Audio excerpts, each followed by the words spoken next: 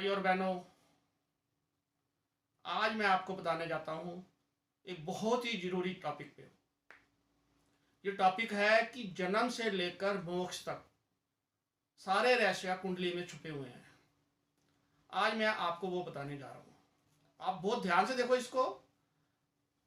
तो टॉपिक है कि कुंडली के 4 त्रिकोणों में छुपा है काया, धन, काम और मोक्ष का रहस्य।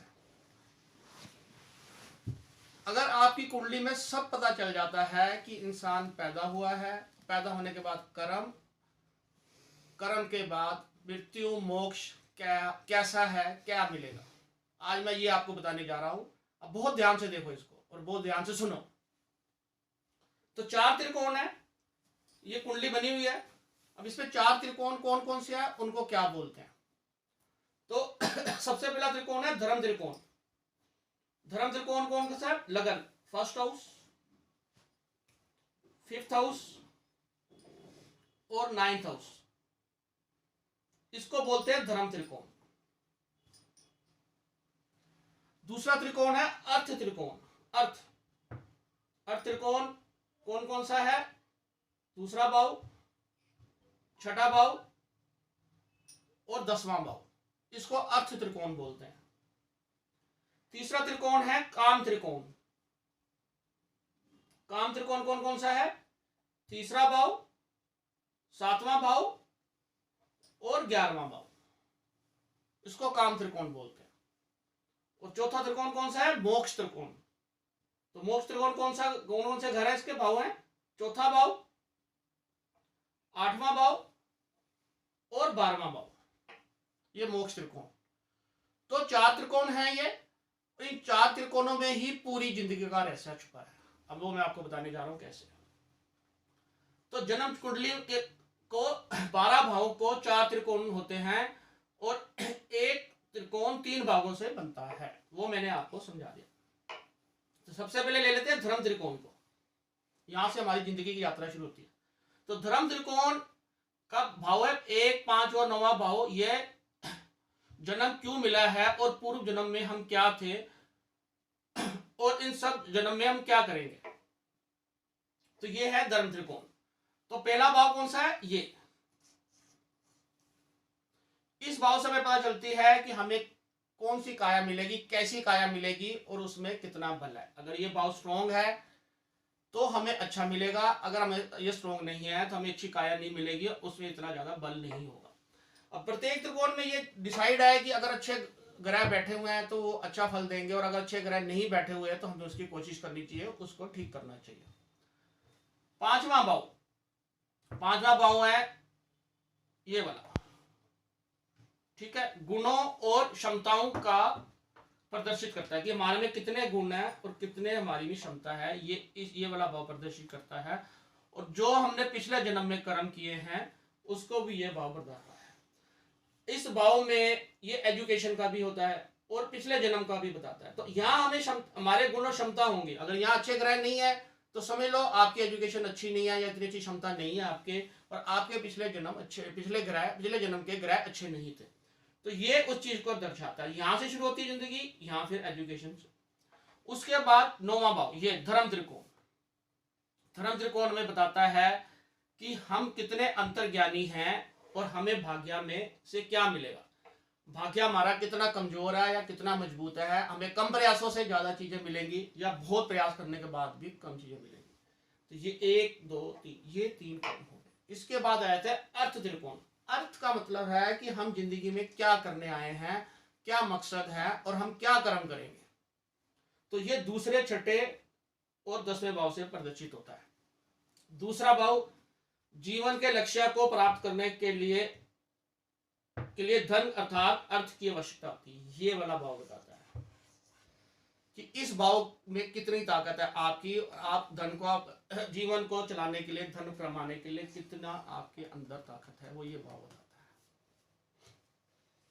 छठा भाव, ये वाला भाव, जीवन में कितना व्यवस्थित रखते हैं और हम कितने सुलझे तरीके से कार्य करते हैं। अब ये जो भाव होता है इसको बताया जाता है कोर्ट कचहरी, एक्सीडेंट, कर्जे, बीमारी का घर है।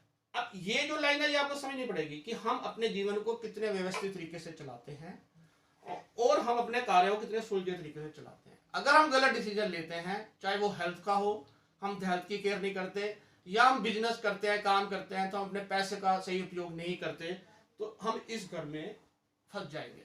और इस घर में जब फंस जाएंगे तो हम निकल नहीं पाएंगे।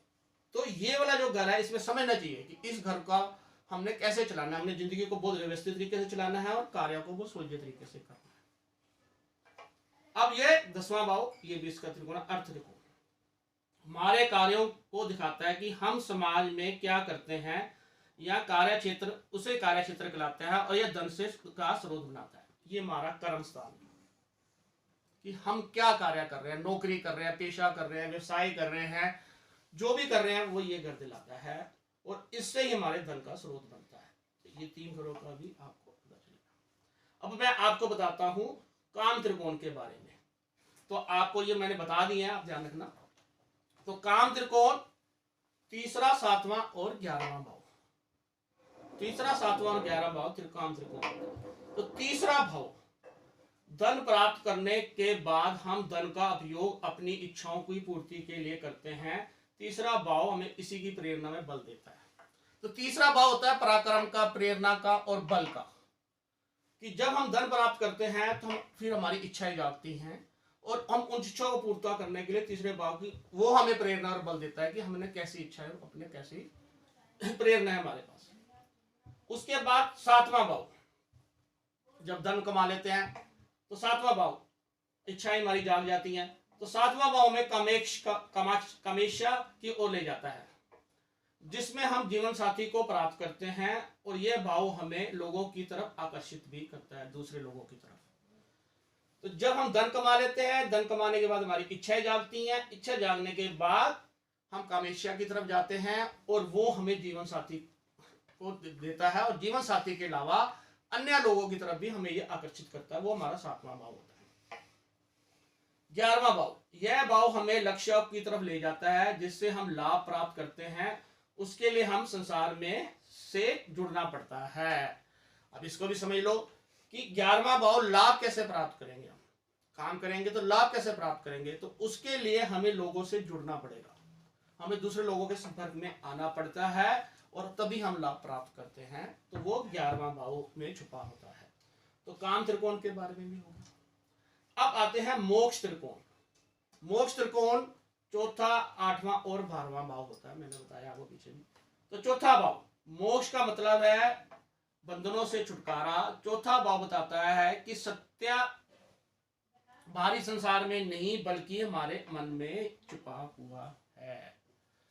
चौथा भाव जो होता है पारिवारिक जीवन होता है, जो हमें लड़ाता है पूरी जिंदगी की सारी चीजों से, और लड़ते लड़ते हम इस चीज को समझ जाते हैं कि जो सत्य है वो हमारे अंदर ही छुपा हुआ है, बाहर नहीं है। जो उसको हम बाहर ढूंढ रहे होते हैं वो सारी मोह माया होती है। तो ये मन का कारक होता है, तो हमारे मन को ये स्थिर करता है मन में। 8वां भाव मृत्यु, मृत्यु आयु का अंत के रूप में हमें शरीर से मुक्त करने की शक्ति रखता है। तो जो 8वां भाव है वो हमें शरीर से मुक्त करता है, वो हमें शरीर से मुक्त करने की शक्ति रखता है। 12वां भाव, कैसे हम चौथे, मन, ये मन का था, मन और शरीर, ये 8वां शरीर का, कैसे हम चौथे मन और शरीर 8वें से मुक्त होकर आत्मज्ञान की ओर अग्रसर होते हैं, और हमें मोक्ष की प्राप्ति होती है या नहीं, ये 12वां भाव बताता है। तो 12वें भाव में छुपा होता है मोक्ष। अगर 12वां भाव में मोक्ष नहीं है तो आप आगे जन्मों के लिए आपको मोक्ष नहीं मिलेगा, और आप अलग अलग योनियों में आते रहेंगे। तो ये जो कुंडली है, इसको अगर हम समझ लेते हैं और इसको इसी हिसाब से चलाते हैं कि कौन से भाव में हमारा कमजोर है, उसमें हमें अच्छी तरह से चलाना है, कौन सा भाव हमारा स्ट्रॉन्ग है, उसका हमने फायदा उठा के आगे चलना है। तो इसमें जीवन के सारे रहस्य छुपे होते हैं, जो आज मैंने आपको बताने की कोशिश की। कृपया करके मेरे चैनल को ज्यादा से ज्यादा सब्सक्राइब और शेयर करें। धन्यवाद।